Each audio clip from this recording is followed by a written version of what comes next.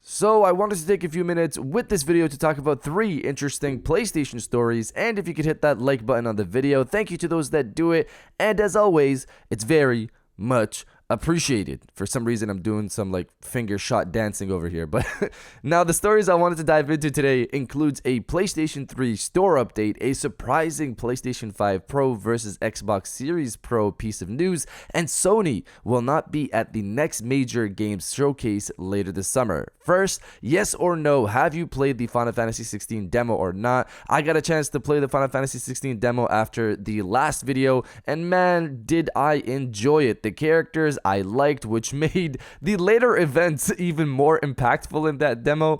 I'm left excited to see how the rest of the story plays out, but yes, I played it. What about you guys? So comment below yes or no if you played the Final Fantasy 16 demo or not. Let me know down in the comments below.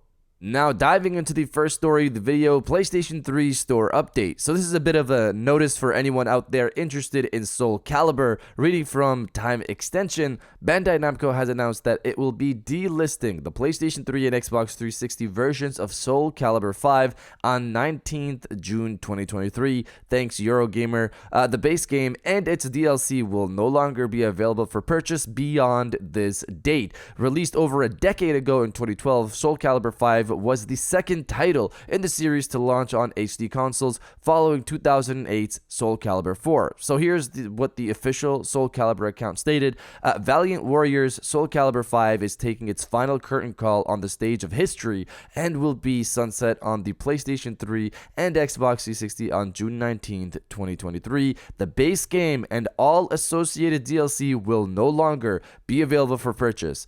Thank you for your continued support. So if you ever wanted to pick this game up, now is the time. I assume this will probably mean the servers would be shut down by then as well, but you should be able to continue to play all local modes. The conversation online in regards to trophies has come up because now people have less than a week to get those online trophies for the game as well. I see a big discussion for that. So if you're interested in that, jump on this now.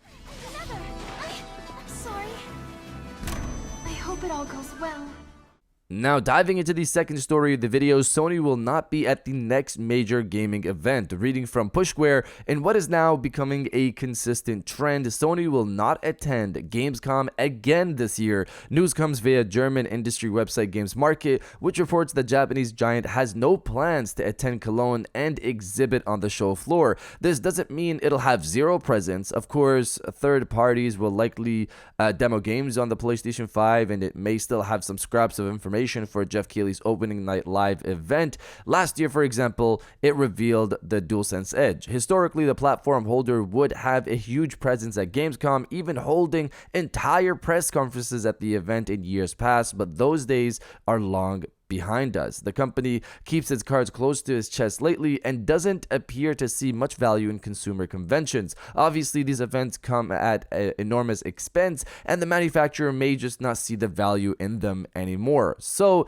this has become common for Sony, and it's kind of sad to see, in my opinion. People growing up in gaming now don't have what we did before, and that's not long ago. Maybe like 7 years or 5 years ago, Sony would have a blowout at E3. They'd be present at Gamescom. They'd be at Tokyo Game Show, and some years we even had PlayStation Experience and then the Game Awards.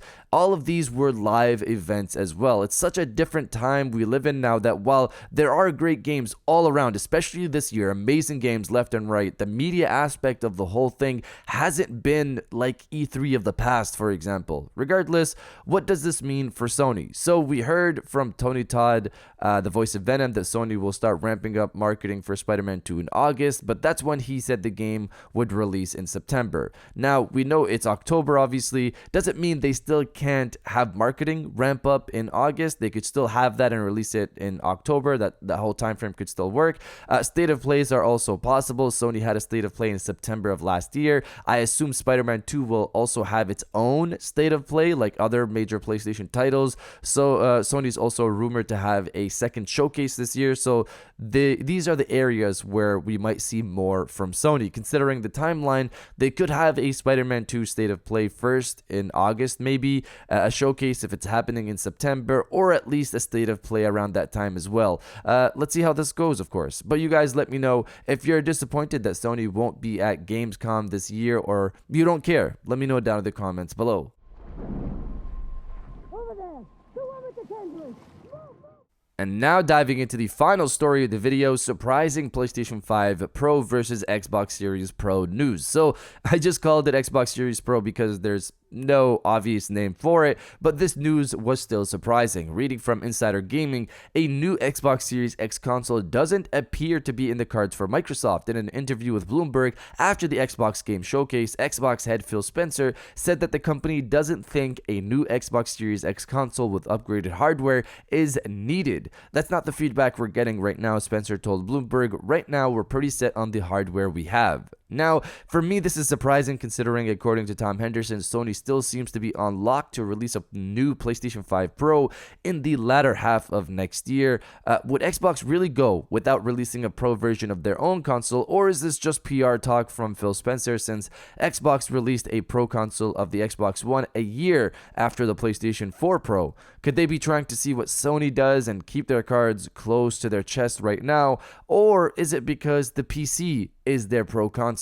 I made a joke about this in response to this news on Twitter, but Microsoft releases their games day and day on PC and Xbox. So if someone wanted to play their games day one at a better performance level, like Starfield, for example, being stuck at 30 FPS on Xbox consoles, they could just get a high-end PC and have 60 FPS there day one. On the Sony end, their PlayStation 5 titles won't touch PC until probably 2 years or more later, potentially. So if you wanted to play a better performant version of those, you're waiting until it lands on PC, or if Sony wants to keep gamers in their ecosystem, they can release a PlayStation 5 Pro. This is for gamers that don't want to sacrifice visuals for FPS. You can get 4K 60 with the PlayStation 5 Pro as a minimum, with even ray tracing as well. Other games could also have the potential of hitting 120 FPS more consistently as an option compared to the current PlayStation 5. Again, this could be Phil Spencer just bluffing,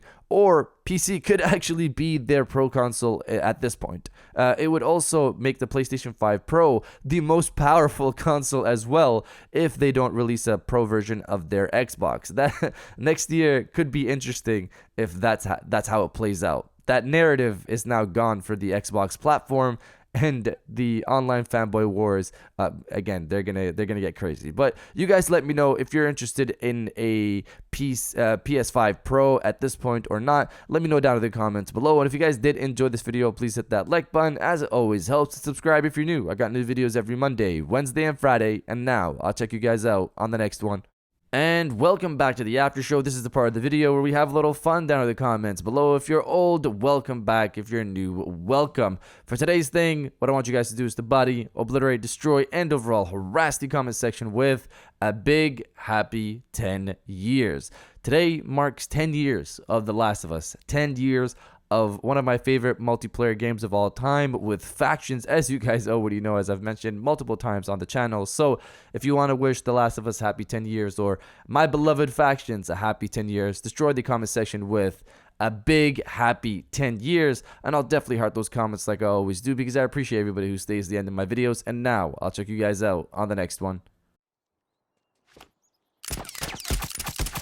Fucker's down. Oh, he's dead. That one sure is dead!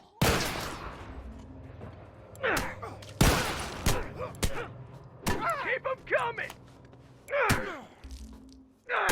That's one!